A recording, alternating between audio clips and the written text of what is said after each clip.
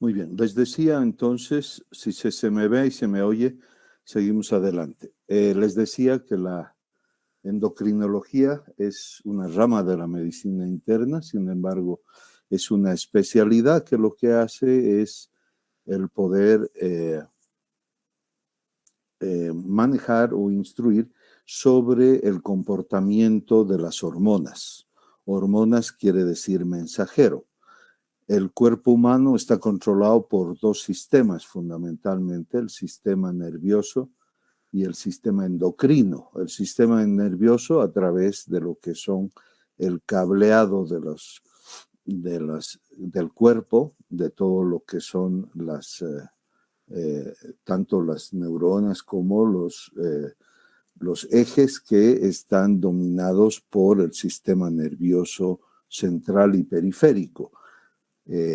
Las hormonas son parte de lo que constituye el sistema endocrino, que en determinados sectores se unen también para dar lugar a los ejes neuroendocrinos, donde comparten tanto la recepción de estímulos como el envío de órdenes a lo que es el cuerpo. Bien, la diabetes mellitus entonces es parte de una alteración del sistema endocrino, que es un síndrome caracterizado por la presencia de hiperglucemia, que se asocia a alteraciones del metabolismo graso, del metabolismo proteico, del metabolismo del ácido úrico, condicionado por factores genéticos, por un lado, y ambientales, y que como reconoce como último efecto en la secreción y actividad de la insulina, y que se acompaña evolutivamente de complicaciones vasculares. Estas complicaciones vasculares pueden ser tanto de microangiopáticas, que se llama, o también que son parte de lo que son la retinopatía diabética, la nefropatía diabética, la neuropatía diabética. O son inespecíficas o macroangiopáticas. ¿Por qué inespecíficas? Porque ataca prácticamente a todo el sistema arterial del cuerpo, fundamentalmente a las grandes arterias. Y esto es lo que se da y se conoce como la ateroesclerosis.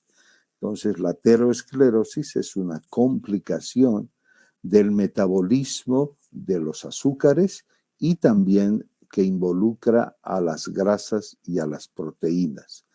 Y existen complicaciones mixtas, que son las microangiopáticas, que se constituyen como el principal efecto, digamos, el pie diabético. Esto es importante que podamos tener en mente, que el pie diabético es resultado de ambas cosas. La diabetes mellitus es una enfermedad que afecta la forma como el organismo utiliza los alimentos, tanto grasas, carbohidratos y las proteínas. Y se debe a una falta absoluta o relativa de insulina. Y la glucosa se acumula en la sangre, imposibilitada de entrar en las células. La hiperglucemia constante es la característica principal y también es un estado tóxico para el organismo. Para el año 2025 se estima que van a haber unos 333 millones de personas en el mundo, y el año 2003 se tenía alrededor de 194 millones, dando un incremento de un 72%. Vemos que en Sudamérica el incremento es o va a ser de un 85%,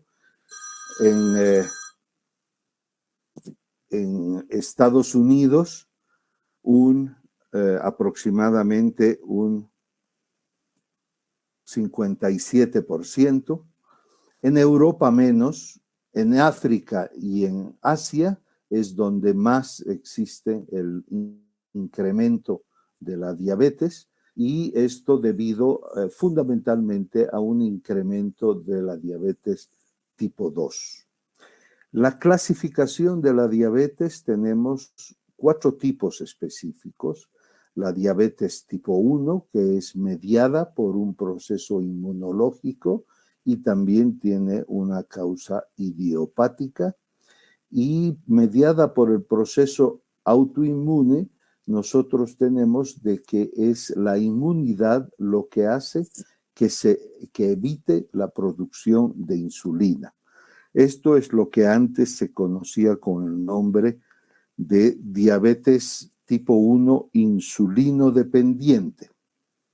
Antes la clasificación estaba dada por el efecto terapéutico. Ahora la clasificación está dada por el efecto fisiopatológico. Y entonces la diabetes, que es básicamente la misma, tanto antes como ahora, la característica de la diabetes tipo 1 era la falta de producción de insulina, lo que hacía que el paciente necesite desde el principio insulina como su tratamiento. Pero en la actualidad estamos hablando clasificación en base a lo que es la fisiopatología, y en este caso hablamos donde hay una insulinopenia, o sea, una falta en la secreción de insulina. La diabetes tipo 2, que es la más frecuente, se caracteriza porque el mecanismo de acción de la insulina está fallando, y es lo que se llama el mecanismo de insulinoresistencia. La insulinoresistencia quiere decir que la insulina no trabaja de manera adecuada en su efecto de introducir insulina a las células. Perdón, de introducir glucosa a las células. Y esto se da por distintos mecanismos que veremos más adelante. Entonces, la diabetes tipo 2 cursa fundamentalmente con hiperinsulinismo, no como en la tipo 1, que hay una insulinopenia. Entonces, la diabetes tipo 2, el efecto secundario que se produce no es tanto por la falta de glucosa en las células, sino es por el exceso de insulina en la sangre. Y este exceso de insulina, nosotros sabemos que la insulina es un factor que altera totalmente desde la parte metabólica hasta la parte oncológica.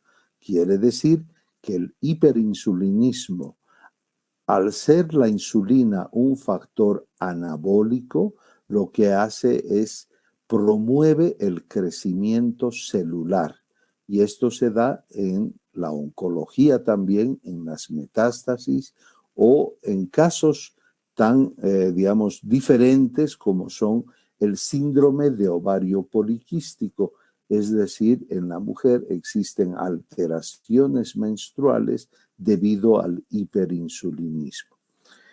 El tipo 3 son otros tipos específicos en los cuales existen defectos genéticos, enfermedades pancreáticas, endocrinopatías, inducido por drogas, infecciones, es decir, cualquier enfermedad que produzca hiperglucemia que no sea debido al mecanismo de resistencia a la insulina y que no sea por falta de insulina, entra en la clasificación del tipo 3, es decir, es el resto de enfermedades o efectos de medicamentos como los corticoides que producen hiperglucemia. Entonces, es importante saber que diabetes tipo 1, falta de insulina; diabetes tipo 2, mal funcionamiento del trabajo de la insulina, por tanto, hiperinsulinismo; tipo 3, cualquier otra enfermedad o factor que lleve a la hiperglucemia, que no sea ni 2 ni 1, ni tipo 2 ni tipo 1, y la diabetes tipo 4 o la diabetes mellitus gestacional es aquella diabetes que se presenta en la mujer que cuando se embaraza presenta hiperglucemia, pero si no estuviera embarazada no produce hiperglucemia. Sin embargo, esto ha variado un poco porque se sabe ahora que la diabetes mellitus gestacional se asienta en mujeres que tienen rasgos iniciales de diabetes mellitus tipo 2, como que la diabética gestacional, la cual le aparece su diabetes al principio de su embarazo y se normaliza al final del embarazo. Se sabe que unos 5 o 8 años después de la gestación, si sobre todo engordan mucho, no hacen actividad, no hacen dieta, llevan y se convierten en diabetes tipo 2. Entonces tenemos el diagnóstico de la diabetes, se hace tanto en ayunas como a los 120 minutos tras el estímulo con 75 gramos de glucosa. Entonces tenemos que en ayunas será normal cuando la glucemia es menor a 100 y después de 120 minutos de haber consumido 75 gramos de glucosa, el valor es menor a 140. Pero tenemos diabetes cuando en ayunas el valor ya es mayor a 126 miligramos por decilitro y tras el estímulo sobrepasa el nivel de 200 miligramos por decilitro. Sin embargo, tenemos la prediabetes, que es un estadio intermedio entre normal y diabetes, pero que sí produce alteraciones o complicaciones tanto microvasculares como macrovasculares. No llega a producir el pie diabético, pero sí produce sobre todo alteraciones macrovasculares. Y la prediabetes es cuando el valor de la glucemia basal en ayunas es entre 101 y 125 y se llama alteración de la glucosa en ayunas o AGA, alteración de la glucosa en ayunas. Y a los 120 minutos el valor estará entre 140 y 99. Y esto hace de que esto se llama alteración de la prueba de estímulo de la glucosa. Esto es importante que ustedes sepan que después del estímulo con 75 gramos de glucosa, el valor de la glucemia no pasa de 200, o sea, el valor está entre 141 y 199. Esto tenemos a los 120 minutos. Bien, ¿cuál es la progresión de la diabetes?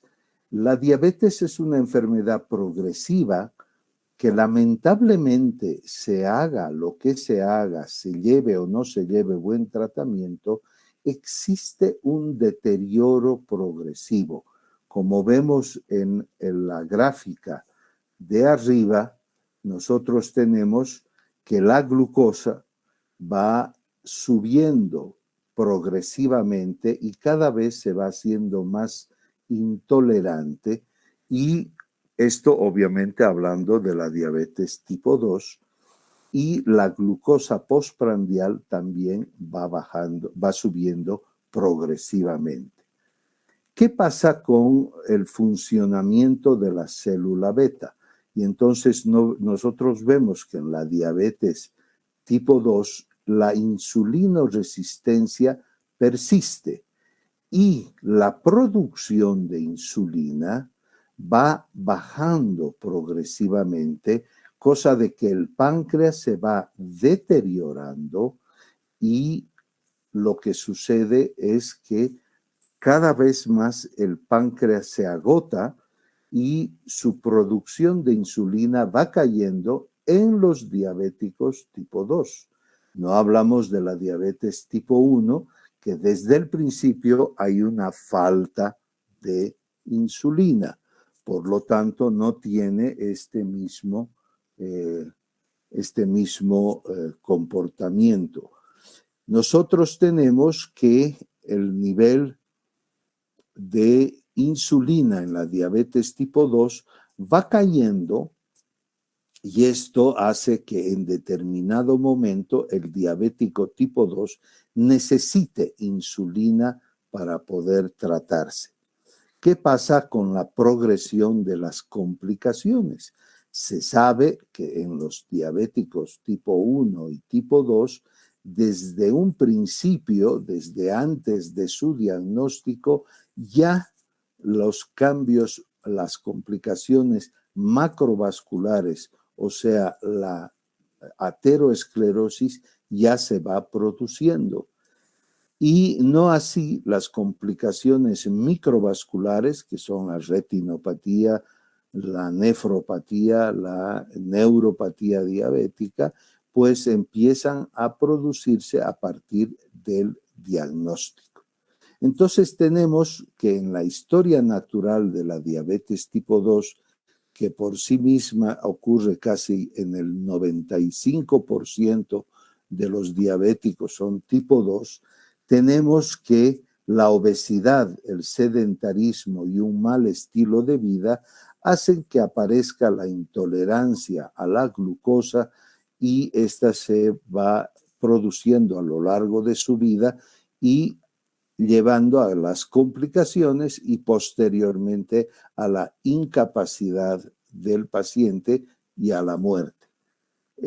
Si existe además susceptibilidad genética, tenemos que existe un camino hacia la ateroesclerosis, que de igual manera la ateroesclerosis nos lleva hacia la enfermedad coronaria y también a la enfermedad cerebral o lo que es el infarto cerebral. Entonces, las complicaciones que ya existen en las personas que genéticamente tienen una susceptibilidad y que por mal comportamiento en cuanto a la dieta y al ejercicio físico, ya nosotros podemos detectar si existe o no una resistencia a la insulina. Son pacientes que desde el principio presentan una tendencia a la hiperinsulinemia, lo cual hace que esta lipoproteína, que son las HDLs, estén bajas y los triglicéridos estén altos. Luego, posteriormente, va apareciendo la hiperglucemia e hipertensión arterial, luego las complicaciones microangiopáticas y luego las complicaciones macroangiopáticas. En resumen, podemos decir que en la diabetes tipo 2, lamentablemente, con el pasar del tiempo, el trabajo del páncreas va decayendo.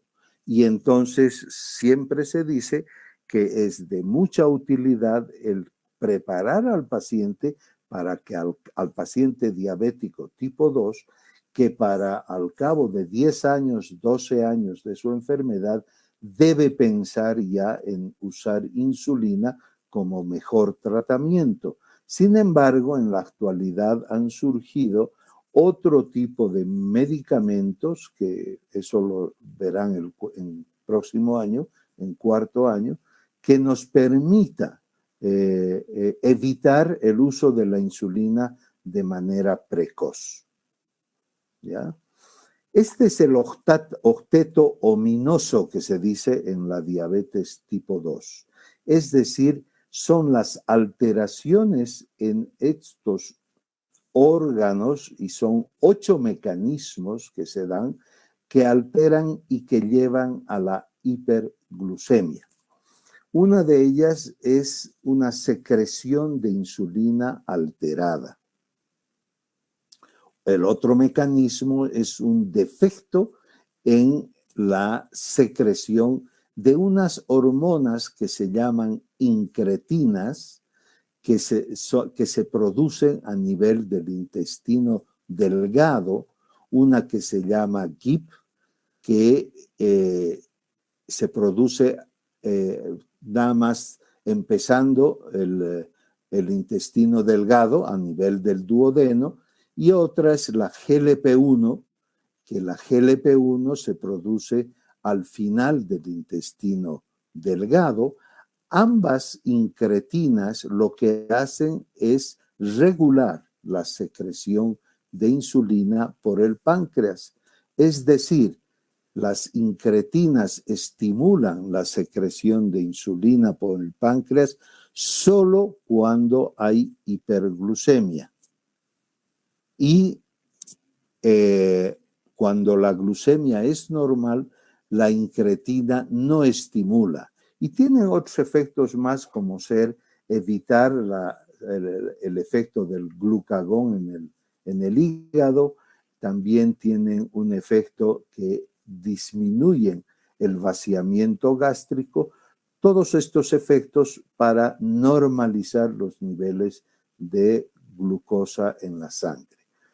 Otro mecanismo es la resistencia a la insulina, a su acción a nivel del tejido graso, lo que hace que la lipólisis se vea incrementada. Por lo tanto, hay mucha cantidad de ácidos grasos circulantes en la sangre. Otro efecto también es que hay un defecto a nivel central del sistema nervioso, en la cual existe un aumento del apetito.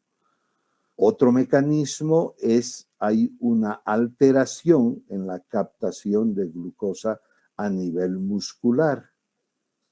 Otro mecanismo que contribuye a la hiperglucemia es el hecho de que normalmente el riñón secreta o filtra la glucosa, y la glucosa la filtra hacia lo que es el líquido de lo que va a ser la orina. Sin embargo, en los túbulos contorneados proximal y parte también en el distal, esta glucosa se reabsorbe y entonces la glucosa pasa a la sangre y se mantiene en la sangre y se evita la glucosuria. Bueno, la reabsorción de esta glucosa se ve incrementada en el riñón, por lo tanto se reabsorbe más glucosa hacia la sangre, contribuyendo a la hiperglucemia. Otro mecanismo es la producción de glucosa por el hígado. Esta está aumentada también por este mecanismo en la cual el hígado produce más glucógeno produce más glucógeno, ¿sí? A través de lo que es la secreción, y aumenta la producción de glucosa a nivel de la sangre. Esta situación que se da también está regulada por la insulina y por el efecto incretina. Otro mecanismo es que las células alfa pancreáticas estimulan la secreción del glucagón, lo cual este efecto en el hígado produce mayor secreción de glucosa. Entonces, este octeto ominoso es responsable de la hiperglucemia a nivel de lo que es la diabetes tipo 2. ¿Qué es la prediabetes? Entonces, nosotros vemos que la prediabetes es un ligero aumento de la secreción de la producción de insulina y que aparece en la sangre valores no muy altos de glucosa. Sin embargo, a nivel del cuerpo, el efecto de esta hiperglucemia y también del hiperinsulinismo está dañando permanentemente al cuerpo. Y como el médico general no se preocupa de diagnosticar la prediabetes, nosotros tenemos que el daño que se va produciendo es durante varios años porque el paciente ni el médico han tenido el detalle de poder diagnosticar la prediabetes por los factores de riesgo del paciente y entonces el daño sí se va produciendo. La prediabetes, nosotros tenemos que ya en 1960 se dijo que existía una prediabetes, sin embargo la OMS el año 80 la prohibió y dijo no existe porque vamos a confundir a las personas y sin embargo el 2002 la misma OMS reconoce y la Sociedad Americana de Diabetes establece que sí se debía tomar en cuenta a la prediabetes porque pacientes prediabéticos desarrollaban las complicaciones crónicas en la diabetes. Entonces, el diagnóstico de prediabetes, actualmente tanto la Sociedad Americana de Diabetes como la OMS la definen como una glucemia en ayunas entre 100 y 125 o entre 5,5 y 6,9 milimoles litro, y tras la sobrecarga a las 2 horas está entre 140 y 200 miligramos de glucosa. Si pasa en el estímulo de las 2 horas de 200, entonces estamos autorizados para poder indicar al paciente que es diabético. Otra forma de diagnosticar la diabetes es midiendo la hemoglobina glicosilada o glucosilada, que es la cantidad de glucosa que se adhiere a la hemoglobina de la sangre. El porcentaje de sobrecarga de glucosa en la hemoglobina, es decir, la hemoglobina glucosilada que se llama, normalmente tiene que ser menor a 5,7%. Quiere decir que menos del 5,8%, otros autores dicen 7, pero es 5,8 o 5,7%, menos de esa cantidad, normalmente la persona no tiene problemas con glucosa. Pero si su hemoglobina glicosilada está entre 5,7 y 6,4%, entonces podemos decirle al paciente que es prediabético. Y si su hemoglobina glicosilada está por encima de 6,4%, entonces podemos decirle, señor, necesitamos hacer una prueba de glucosa basal y tras estímulo porque es altamente probable que usted ya sea diabético. Entonces, el término de prediabetes, como había sido y actualmente es definido, no abarca a toda la población con riesgo de desarrollar diabetes. Sin embargo, están dentro del síndrome que se conoce, el síndrome metabólico, que produce complicaciones parecidas a la de la diabetes. Entonces, la prediabetes se define como una anomalía moderada en la glucemia en ayunas y una curva de tolerancia a la glucosa alterada, con valores entre 140 y 199 a las 2 horas, y su hemoglobina glicosilada entre 5,8 y 6,4.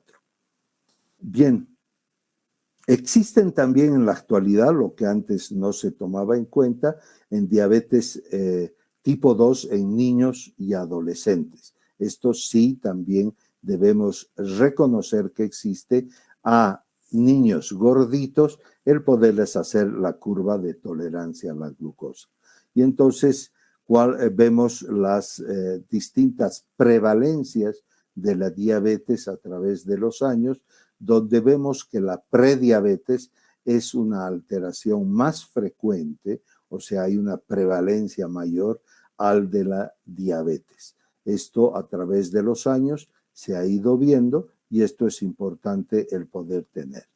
Entonces tenemos que el diagnóstico de diabetes, una glucemia en ayunas medida en plasma venosa, o sea, igual o mayor a 126 en 2 o más ocasiones.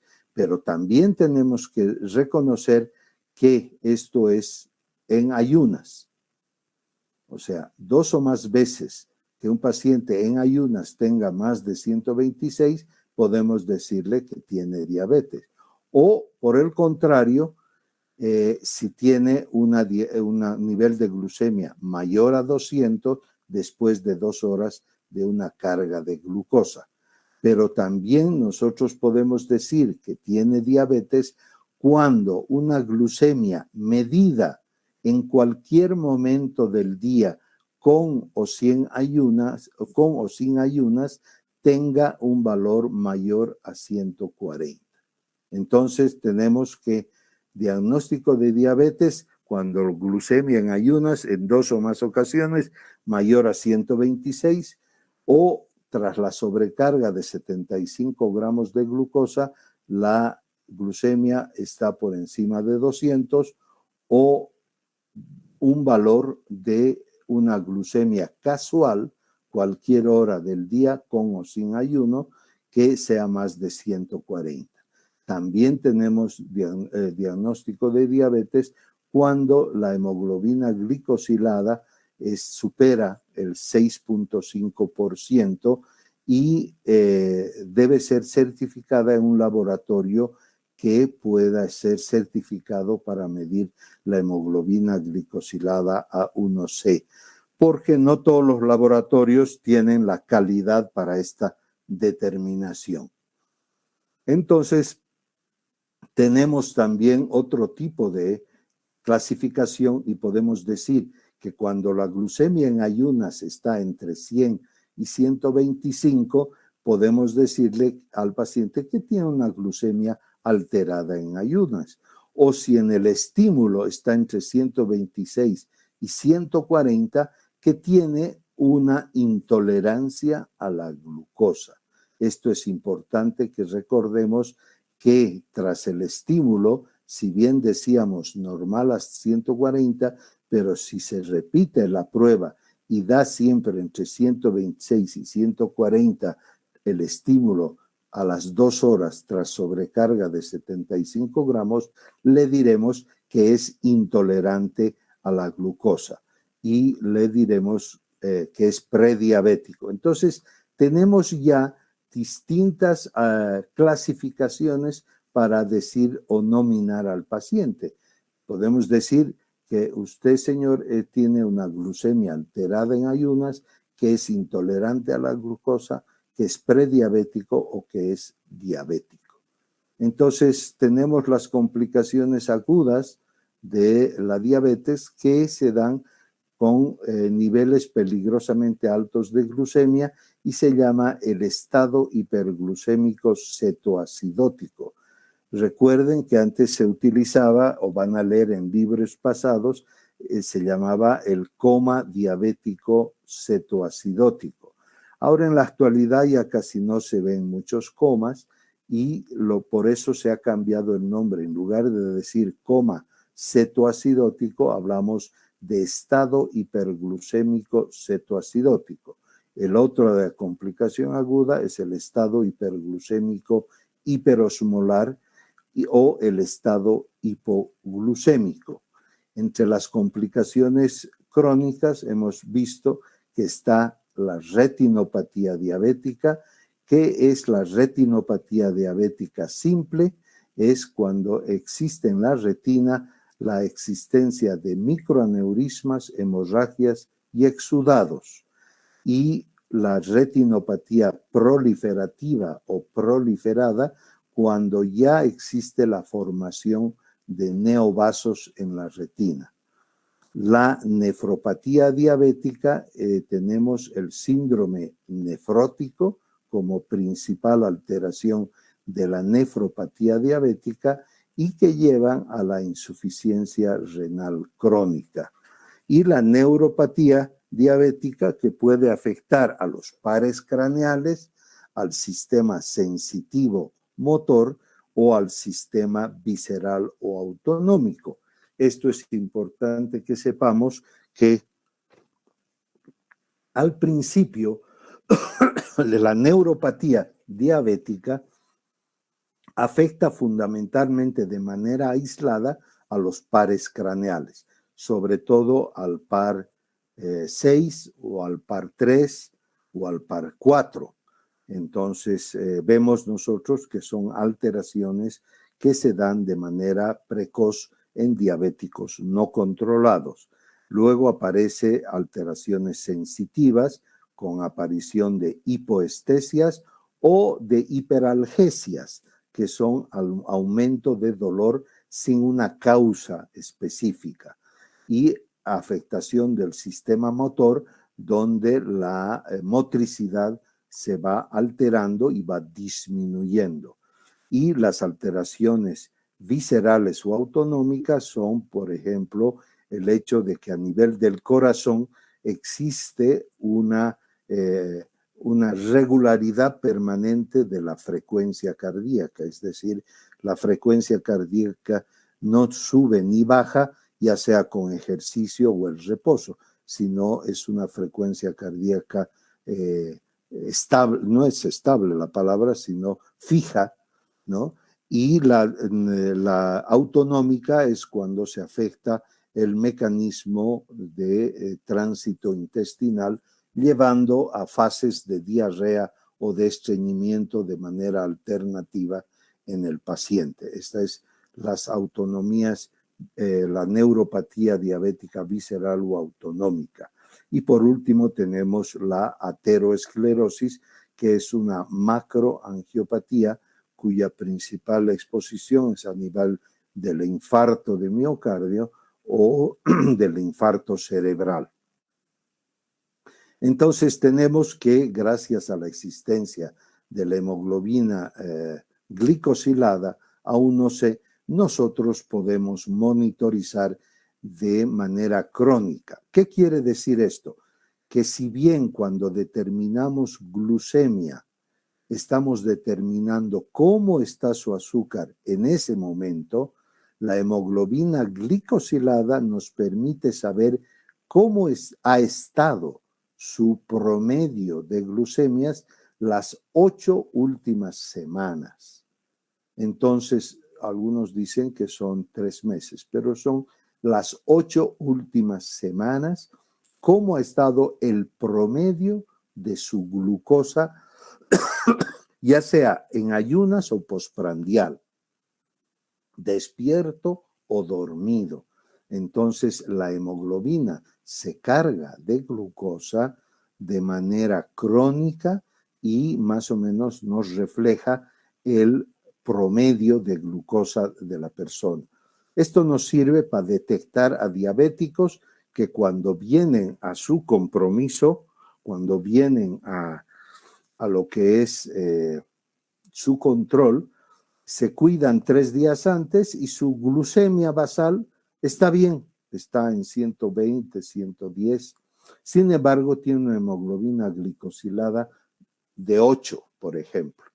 Entonces nosotros le decimos, oiga, no se engañe a sí mismo, usted se ha portado bien antes de venir, sin embargo, el resto de los 2 últimos meses usted ha estado alto, ha estado con una hemoglobina glicosilada de 8. Y al revés, hay pacientes que por asustarse tienen una glucemia de 180 en el momento de la consulta y tienen una hemoglobina glicosilada de 7.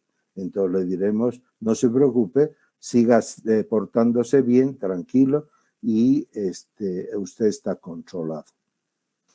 Bien, hasta acá vamos a quedar. Y la siguiente clase vamos a proseguir hablando de lo que es la diabetes. No sé si existe alguna pregunta.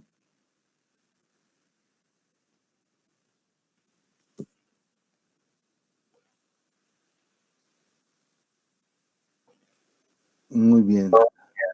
Jael, si no existe otra pregunta, entonces aquí quedaríamos y nos veríamos el día miércoles en la mañana, donde también les daré las preguntas para el seminario. Gracias, doctor. Espero que se haya escuchado bien. Gracias, hasta luego. Hasta luego, doctor. Hasta luego, doctor, gracias.